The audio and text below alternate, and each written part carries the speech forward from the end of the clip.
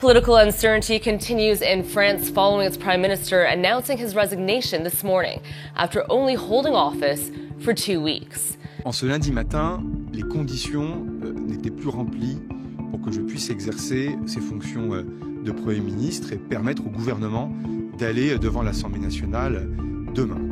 Emmanuel Macron named Sébastien Lecornu prime minister in an attempt to defuse a deepening political crisis. However, the crack showed almost immediately. Yesterday evening, Lecornu unveiled his cabinet, which was nearly identical to his predecessor. Members of several parties called out Lecornu, expressing criticisms and doubts about a lack of change. Je l'appelle à dissoudre l'Assemblée nationale, car nous sommes au bout du chemin, et il n'y a pas de solution, il n'y en aura pas plus demain, et par conséquent, la seule décision sage dans ces circonstances est prévue par la Constitution de la Ve République, c'est d'en revenir aux urnes et que les Français donnent une direction au pays. Il faut donc, pour répondre à cette situation, aller au cœur du problème, c'est-à-dire en revenir au peuple, c'est-à-dire mettre en cause la légitimité du président de la République dans les formes que notre démocratie parlementaire permet. Je me répète, dans les formes institutionnelles dont nous disposons. Quelles sont-elles? Il y en a une. La destitution du président de la République.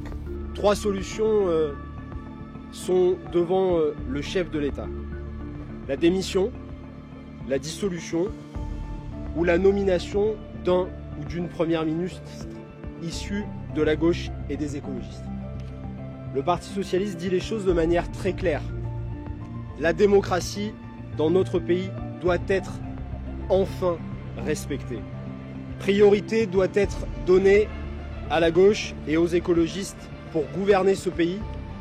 French politics have been in turmoil since Macron gambled on a snap election last summer, which ended up fracturing and dividing Parliament. Donc, premier élément, qu'il nomme un Premier ministre qui ne soit pas issu de ses rangs, du bloc, en tout cas des sympathisants de la majorité, et donc un Premier ministre plutôt de gauche, plutôt socialiste. Ça, ce serait la première hypothèse. La deuxième hypothèse, c'est d'appeler tout simplement à la dissolution de l'Assemblée nationale. La troisième hypothèse, c'est celle dont tout le monde parle sans vraiment y croire, encore que, mais c'est la destitution du président de la République, en tout cas la démission plutôt du président de la République. Emmanuel Macron étant jugé pour une très large partie des Français responsable de la situation actuelle, c'est ce qu'on peut voir nous dans nos sondages politiques, il pourrait finalement prendre la décision de partir, de démissionner et d'organiser donc une présidentielle anticipée